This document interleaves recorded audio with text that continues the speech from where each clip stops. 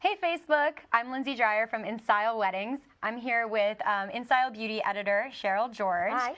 We are going to be chatting all things wedding and sharing some of our favorite, or Cheryl's favorite wedding memories and tips for other brides-to-be. So tell me, how did you and your now husband meet, and when did you get married? So I'm married. My husband's name is Ajo, and we got married in October 2011. So we're just about to hit our 5-year anniversary. Impressive. Congrats. Thank you. We first met as teenagers at like a church conference, but we lost touch. And then over the years, we had a mutual friend. I would see him out, but nothing ever really happened until a few years later. And then, you know, we were both working in the city, and I think I went to like some happy hour or something like that. And there he was, and we just started talking, and this is really funny, but I sent him a Facebook message. So it comes all right back to Facebook. Always goes back to Facebook. Yeah. Cool. So you had a very big wedding. Yes. Right? How many people?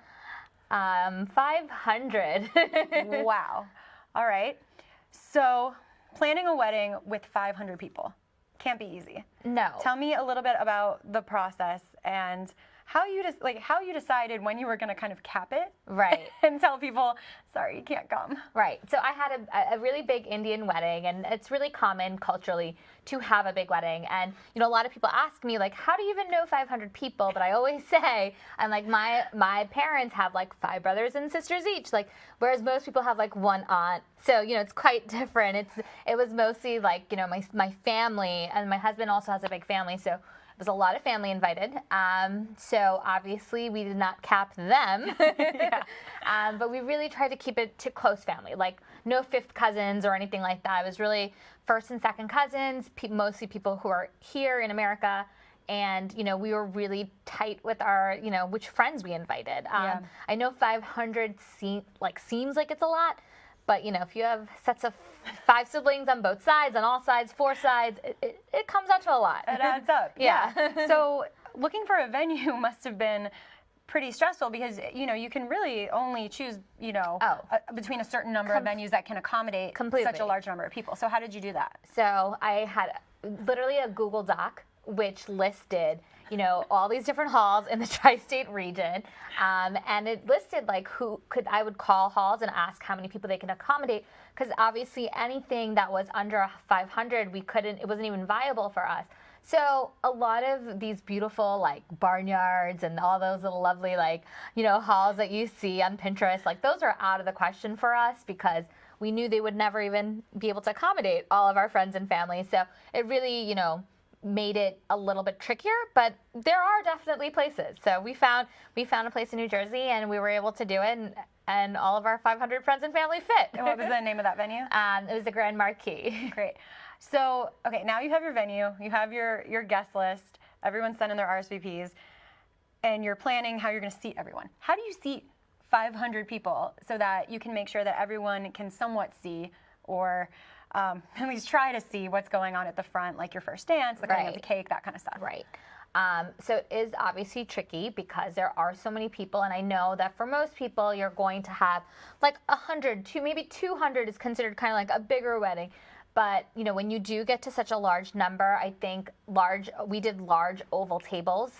We had about 45 of them, but they were seated throughout the hall on both sides of our dance floor. And obviously, you know, we tried to seat family or really close friends right at around our stage, around, you know, where everything was happening. But, you know, obviously there are people who do end up being a little bit more towards the back, and you know, this might sound crazy, I know it sounds like it's a concert hall, but we did have TVs also broadcasting what was happening.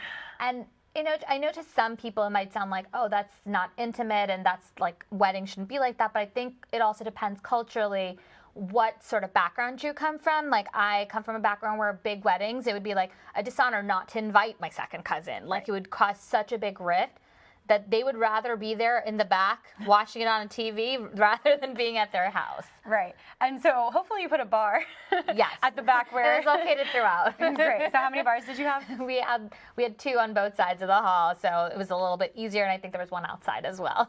And so for seating, you had tables kind of all around where the center dance floor was, or were they just kind of back. So it seems like to maximize that space, it might be better to have tables around. Yeah, the we dance had floor. we had them kind of around the dance floor and then going towards the back to the all the way to the walls. Right, and that way people can kind of just come up to the front a little bit Yeah. if they want a closer view. Exactly. And form kind of a circle around the Exactly. dance floor. Like some of our friends, you know, we did tell them, you know, we're going to have family seating like closer up front. And so our friends, they would just come up to the front. Like when they saw that, you know, we're having our first dance or, you know, cutting the cake, people would just come up. And we were okay with that. It doesn't need to be super, super formal or I didn't mind that at all. So how did you make sure that you spoke to everyone in the wedding? 500 people is a lot of people. Is a lot of guests. It is. So did you go table to table? Did you We kind of did. make the rounds? We did. Wow. We went table 45 to tables. Yeah, we went around That's table to impressive. table. I felt like it was super important, and my husband felt like it was super important that if you were coming to our day, even if it takes out an hour of our time, all these people made like all this effort to come. I think it's super important, even if you have a really big wedding, to acknowledge all the guests that came there and like the time that they put in. So we did go around. We said hi to everybody. I mean, and our friends, obviously didn't go around to them because we knew we were going to dance with them on the later. dance floor later. And, Yeah, and you know, exactly. we obviously said that to them. Yeah, yeah, that's a really important etiquette point too. It is such a good thing to go around Yeah. to greet all your guests and thank them for coming. And Totally. And people typically want to get like a selfie with the bride and the groom. Like even like my great uncles and aunts, like they know how to use their phones and they were, you know, like, let's get a picture, let's get a selfie. And that makes, even if it's like 2 minutes, it made them feel really happy or special. And I think Yeah. that's important. with 500 guests, you must have had a lot of pictures on Instagram to go through from people posting during the wedding. Well, it's so funny because it just shows how quickly things have changed with social media. In 2011, it wasn't as Oh, big good point. as That's it is 5 now. years ago. I think now if I got married, I would have totally had a hashtag or, you know, something like that. But even just 5 years ago, it wasn't what it is now. Right. Yeah. So you but didn't, we did have a lot of pictures on Facebook. yeah, I could imagine that Yeah. happening.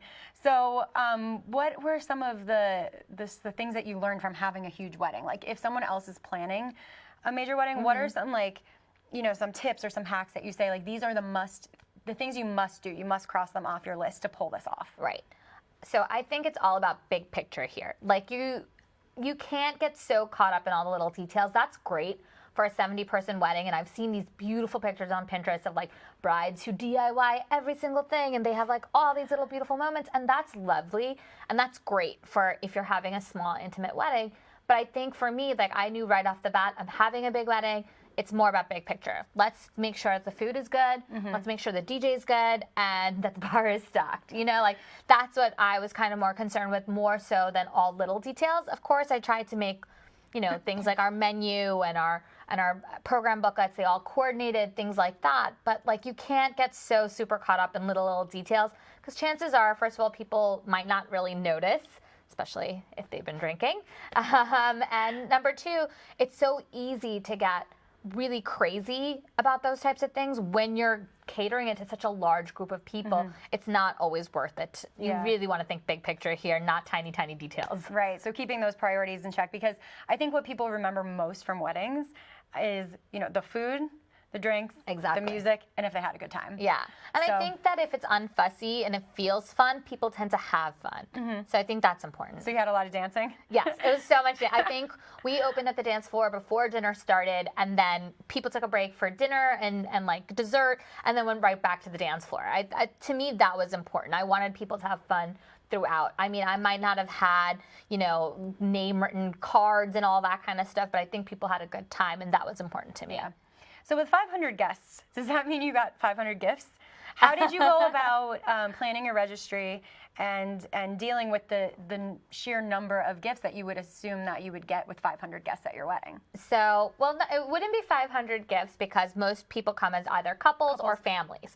So right off the bat, that's dividing that in half or even down to 4 people per family. Right. And then when it comes to gifts, I think it also depends culturally. Like I know in the South, it's really taboo to give money as a gift, but I think up in the Northeast or, culturally, like I'm Indian and I feel like for us, it's much more common to give cash as gifts. So, it'll vary, but for us, like we didn't get, it's not like I got 500 wine glasses or china or anything like that. toasters. No, that didn't happen.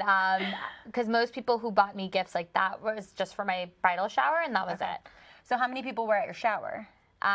like 50, which is really, I think, toned down compared to 500. Yeah, I mean compared, but that's a pretty big shower Yeah, too. So, yeah.